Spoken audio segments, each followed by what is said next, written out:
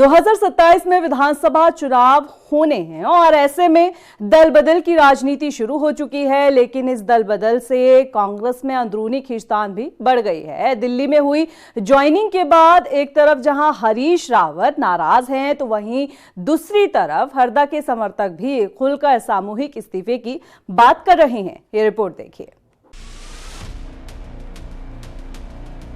2027 के विधानसभा चुनाव में जीत दर्ज कर सत्ता में वापसी के दावे कर रही कांग्रेस के लिए हालिया कुछ दिन बेहद मुश्किल भरे साबित होते नजर आ रहे हैं।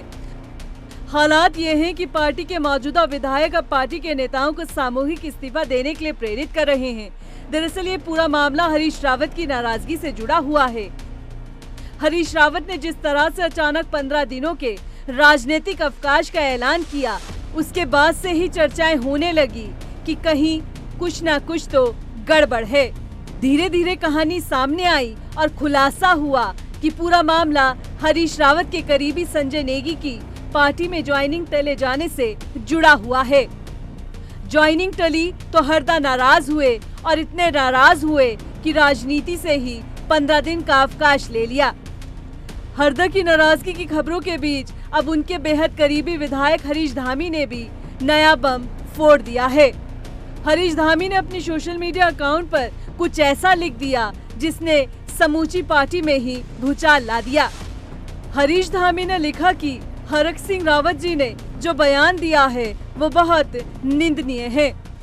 हरक सिंह रावत वही व्यक्ति हैं जिन्होंने साल 2016 में कुछ विधायकों को बीजेपी में शामिल कर उत्तराखंड में कांग्रेस की सरकार को अस्थिर करने का काम किया था।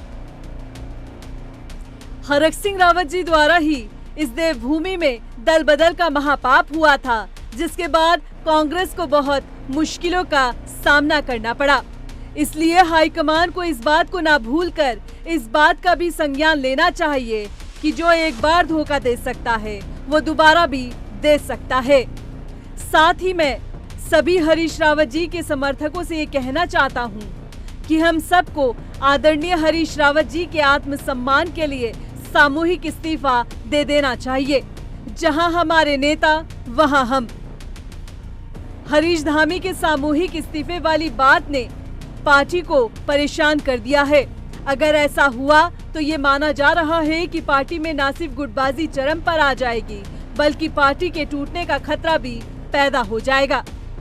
हरीश रावत खेमे के प्रदीप टमटा और गोविंद सिंह कुंजवाल भी धामी से पहले इशारों में अपनी नाराजगी जता चुके हैं। ऐसे में न सिर्फ उत्तराखंड कांग्रेस के नेताओं बल्कि दिल्ली में बैठे कांग्रेसी नेताओं के माथे पर बल आना लाजमी है। गणेश गोदियाल जिस तरह से बीजेपी के 6 नेताओं को तोड़कर वाहवाही लूटने की कोशिश में थे, अब ऐसा लग रहा है कि उन्हें इस वाहवाही से अधिक अपने रूठे नेताओं को मनाने पर फोकस करना होगा। देहरादून से सुशांत सिंह के साथ ब्यूरो रिपोर्ट।